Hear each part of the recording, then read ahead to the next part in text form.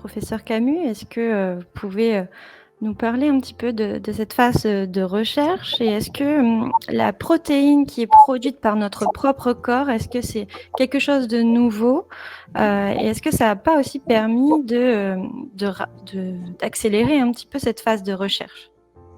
Vous avez tout à fait raison. La grande révolution de ce vaccin Covid, c'est le fait de se débarrasser complètement de la phase de production que l'on a habituellement lorsque l'on veut fabriquer un vaccin. C'est-à-dire qu'on passe beaucoup de temps, plusieurs mois, à essayer d'avoir l'élément pathogène, donc le virus ou la bactérie, à le produire en très grande quantité.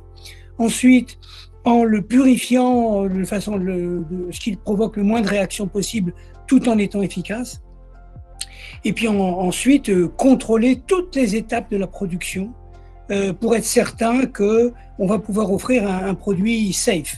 Si je prends l'exemple du vaccin contre la grippe, c'est quelque chose qui habituellement commence en février pour que l'on puisse avoir les vaccins à la période à peu près de la 3e semaine de septembre, à laquelle il est disponible dans les officines. De ce temps-là, 70% du temps, ce sont des temps de production et de contrôle de production.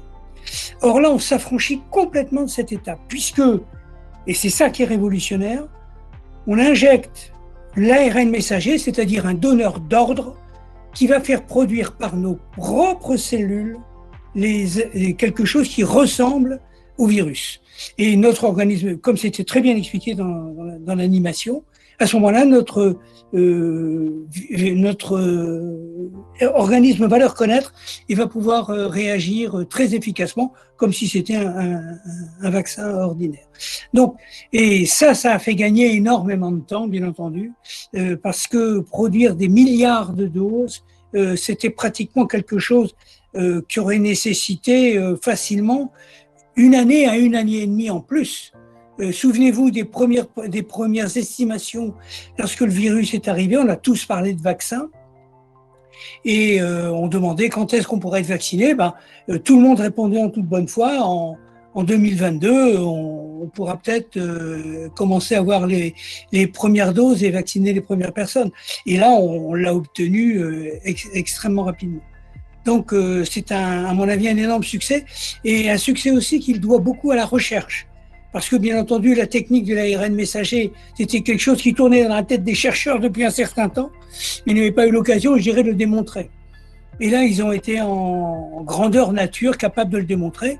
Et je ne sais pas si vous avez remarqué, on dit Pfizer, mais il y a BioNTech à côté. C'est-à-dire il y a un petit groupe de chercheurs, une start-up, qui a mis au point le vaccin et a utilisé Pfizer pour simplement avoir les capacités de production, ce que ces petites start-up n'avaient pas. C'est la même chose pour Moderna, hein, c'est une toute petite boîte de gens passionnés qui ont mis ça au point et avec une efficacité remarquable. Alors, on a une question. Comment expliquer alors les effets secondaires de thrombose, par exemple, qui n'ont pas pu être détectés puisqu'on n'avait pas assez de recul?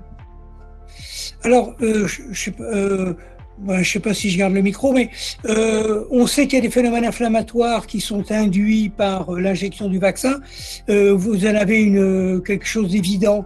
Tout le monde dit quand j'ai été, beaucoup disent quand ils ont été vaccinés, qu'ils ont eu dans les jours qui viennent, dans les heures qui ont suivi, une réaction au vaccin, qui ressemble un petit peu à un syndrome grippal. On a des courbatures, on a des maux de tête, on est fatigué. Eh bien, ça veut dire que ce sont des vaccins qui induisent des réponses inflammatoires. Et il y a des réponses inflammatoires qui se sont passées au niveau des vaisseaux, en particulier au niveau cérébral, et qui ont pu provoquer ça. Mais pour le moment, c'est pas élucidé du tout. Ça reste des supputations, mais on n'a pas encore fait la démonstration du phénomène physiopathologique qui a amené ces thromboses. On ne le sait pas tellement. Ajouter juste sur la question qu'on voit sur le question là, en fait, il est dit des effets secondaires par thrombose par manque de recul. En fait, c'est pas un manque de recul. Je pense que c'est important de bien différencier les choses, hein. On a du recul sur ces vaccins. et on connaît leur efficacité et on connaît leurs effets secondaires. Simplement, dans les études, et quel que soit le type de médicament, d'ailleurs dans les essais thérapeutiques, les effets secondaires extrêmement rares ne peuvent jamais être détectés. Parce que quelque chose qui est extrêmement rare va se produire une fois sur plusieurs centaines de millions de cas, de sujets vaccinés. Donc les études ne peuvent pas repérer ces effets secondaires-là. Or là, comme on a une vaccination dite de masse, on vaccine énormément de personnes rapidement. Et donc ces effets secondaires extrêmement rares qu'on ne pouvait pas détecter, forcément, plus on augmente le nombre de vaccinés, plus on a un risque de les voir apparaître. Et donc c'est pas un manque de recul en fait, c'est un effet de nombre, tout simplement. Et pour compléter, c'est tout l'intérêt de la pharmacovigilance qui existe pour n'importe quel médicament, et y compris pour les vaccins, qui permet justement d'avoir un retour sur l'apparition d'effets secondaires tellement rares qu'on n'aurait jamais pu, comme vous l'avez souligné, être repéré pendant un essai clinique. Mais c'est le cas pour les vaccins et c'est le cas pour n'importe quel médicament. Mais ce qu'il faut remarquer, c'est le rôle que joue l'Europe. On dit souvent du mal de l'Europe. On dit « Ah, l'Europe ». Ben oui, mais l'Europe, elle a un système centralisé par l'Agence du médicament européenne, qui a été montée par les États membres, et qui recueille comme ça les signaux, c'est-à-dire les déclarations d'effets indésirables. Et bien entendu, quand dans un pays, vous avez 2 ou 3 cas, on ne sait jamais, on se dit, est-ce que c'est vraiment dû au vaccin ou autre chose? Mais quand vous avez le même phénomène qui se reproduit dans plusieurs pays, eh bien, rapidement, on se rend compte si on a affaire à simplement quelque chose qui est sans intérêt, ou au contraire, s'il y a une relation de cause à effet entre la pratique du vaccin et les effets indésirables qui sont constatés. Donc là, il faut souligner le rôle de cette structure qui quand même, même si on la critique souvent, nous protège également.